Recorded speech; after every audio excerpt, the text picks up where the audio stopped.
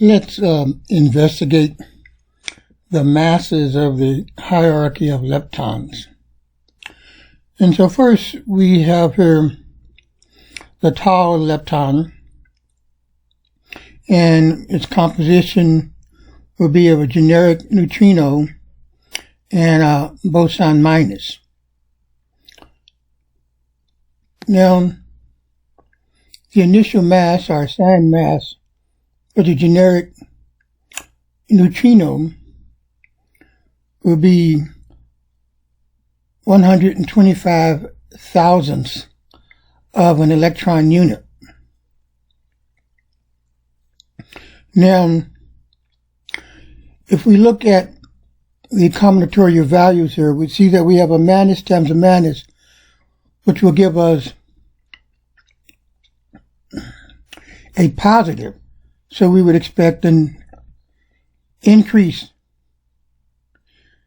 in the mass due to the mass factor on the scalar boson minus.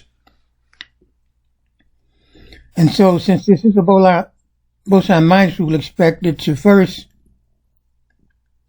convert the neutrino into, in this case, a muon neutrino, since this is the generic ones are always associated with the middle generation. And then that muon will then be multiplied by the appropriate mass factor. And so let's see what we get. We get that the tau lepton has a mass of 4,000 lepton units. Now, let's continue and we'll see if we see a pattern. So again, we have the generic neutrino, or we can say the muon neutrino. And again, we can see that the mass is 125 thousandths of an electron unit. And this time we have a boson 0. And so we should expect, since we have a negative times a negative, an increase in this 125,000th electron units on the muon neutrino for the tau neutrino.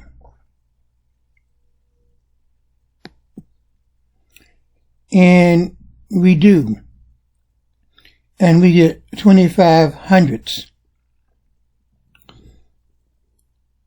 of an electron unit for the tau neutrino.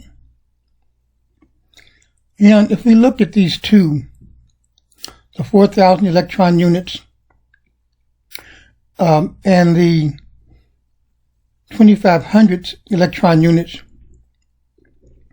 we will find that the mass factor between these will be 160,000 electron units. That being, if I divide 4,000 by 160,000, then I should get 25 hundredths.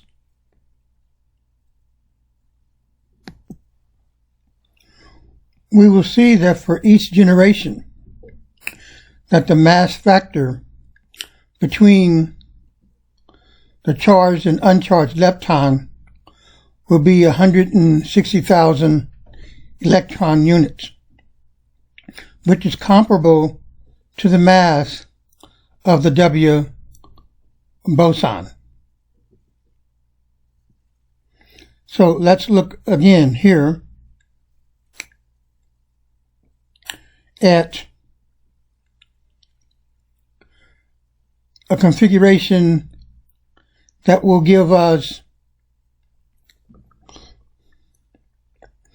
the mass on the muon. And so again, we would start off with 125 thousandths on the generic neutrino, and then this boson minus, which has an combinatorial value of 0, so therefore does not and give us a mass factor on the scalar boson. Also, it doesn't give us a mass factor since the only combinatorial value in the system is those given by the generic component. And so we have 200 electron units on the muon, which is comparable to what is predicted by the standard model. Now, let's go here, and we have essentially again the muon neutrino. And I said previously that there was a mass factor separating the tau lepton from the tau neutrino of 160,000 electron units. That will also be the case for the muon neutrino and the charged muon. That the mass factor separating these values is predicted to be 160,000 electron units, which is comparable to the mass of the W boson, and therefore the mass of the weak interaction particle of the generation.